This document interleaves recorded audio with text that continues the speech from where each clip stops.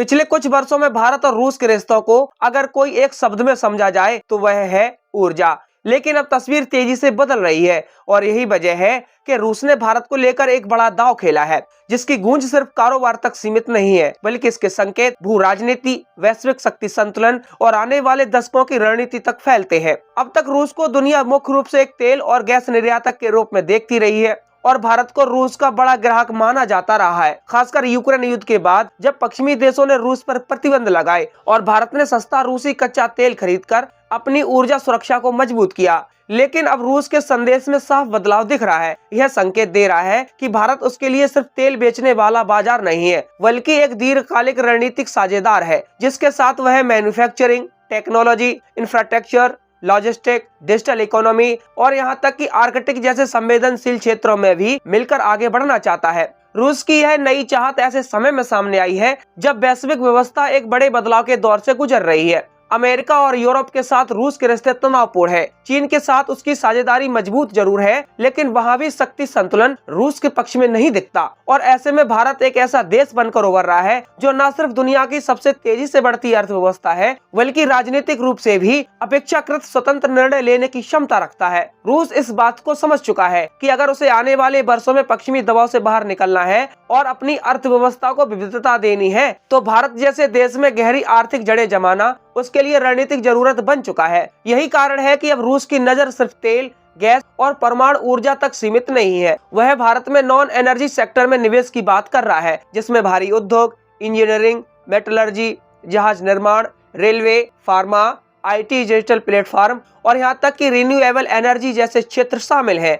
यह बदलाव मामूली नहीं है, क्योंकि अब तक भारत रूस का व्यापार का संतुलन काफी हद तक भारत के खिलाफ रहा, जिसमें भारत रूस से तेल और रक्षा उपकरण खरीद रहा है, जबकि रूस में भारतीय कंपनियों की मौजूदगी सीमित रही है। रूस अब इस संतुलन को दूर करना चाहता है और चाहता है कि दोनों देशों के बीच व्यापार केवल खरीद फरोख्त तक सीमित नहीं रहे, बल्कि संयुक्त उद्यम, स्थानीय उत्पादन और तकनीकी सहयोग के रूप में आगे बढ़े। इस पूरी रणनीति के पीछे एक बड़ा कारण रूस की घरेलू मजबूरी भी है। पश्चिमी प्रतिबंधों के कारण रूस को अपनी इंडस्ट्री, फाइनेंस और टेक्नोलॉजी सेक्टर में नई साझेदारियों की जरूरत है। भारत उसके लिए एक ऐसा देश है जहां बड़ी आबादी है, तेजी से बढ़ता मिडिल क्लास है, मजबूत औद्योगिक आधार है और सरकार मेक इन इंडिया जैसी योजनाओं के जरिए विदेशी निवेश को आकर्षित कर रही है। रूस इस मौके को हाथ से जाने नहीं देना चाहता। वह चाहता है कि भारतीय बाजार में सिर्फ रूसी कच्चा माल न आए, बल्कि रूसी कंपनियां भारत में फैक्ट्री लगाएं, ज्वाइंट वेंचर बनाएं और भारतीय कंपनियों के साथ मिलकर तीसरे देशों के लिए भी उत्पादन करें।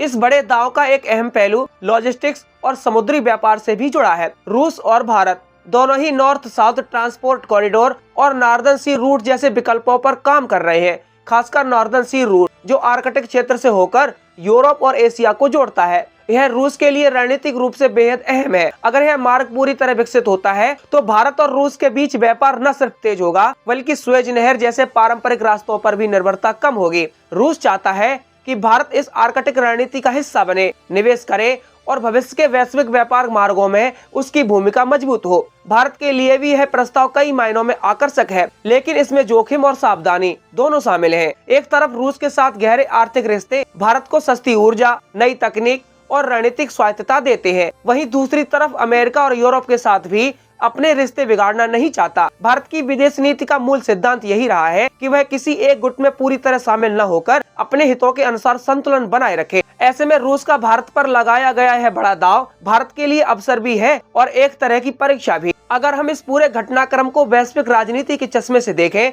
तो साफ दिखता है कि रूस भारत को चीन के विकल्प या कम से कम संतुलन के रूप में देख रहा है। चीन और रूस की साझेदारी भले ही मजबूत दिखती हो, लेकिन वहाँ शक्ति का पलड़ा चीन की तरफ झुका हुआ है। रूस नहीं चाहता है कि वह पूरी तरह चीन पर निर्भर हो जाए। भारत के साथ मजबूत आर्थिक संबंध रूस को यह विकल्प देते हैं कि वह एशिया में एक और बड़ा भरोसेमंद साझेदार बनाए रखे। वहीं भारत के लिए रूस के साथ संबंध बनाए रखना इसलिए भी जरूरी है क्योंकि रूस आज भी रक्षा, परमाणु ऊर्जा और अंतर्राष्ट्रीय मंचों पर भारत का अहम सहयोगी है। इस नई रणनीति का असर आने वाले वर्षों में भारत रूस व्यापार के आंकड़ों में भी दिख सकता है। दोनों देशों ने 2030 तक आपसी व्यापार को 100 अरब डॉलर तक पहुंचाने का लक्ष्य रखा है। अभी यह लक्ष्य दूर जरूर लगता है, लेकिन अगर नॉन एनर्जी सेक्टर में निवेश बढ़ता है, भारतीय कंपनियां रूस में और रूसी कंपनियां भारत में सक्रिय होती हैं, तो यह सपना हकीकत बन सकता है। खास बात यह है कि रूस अब सिर्फ कच्चा माल बेचने की बजाय वैल्यू एडेड प्रोडक्ट्स और तकनीकी साझेदारी की बात कर रहा है, जिससे भारत को भी फायदा होगा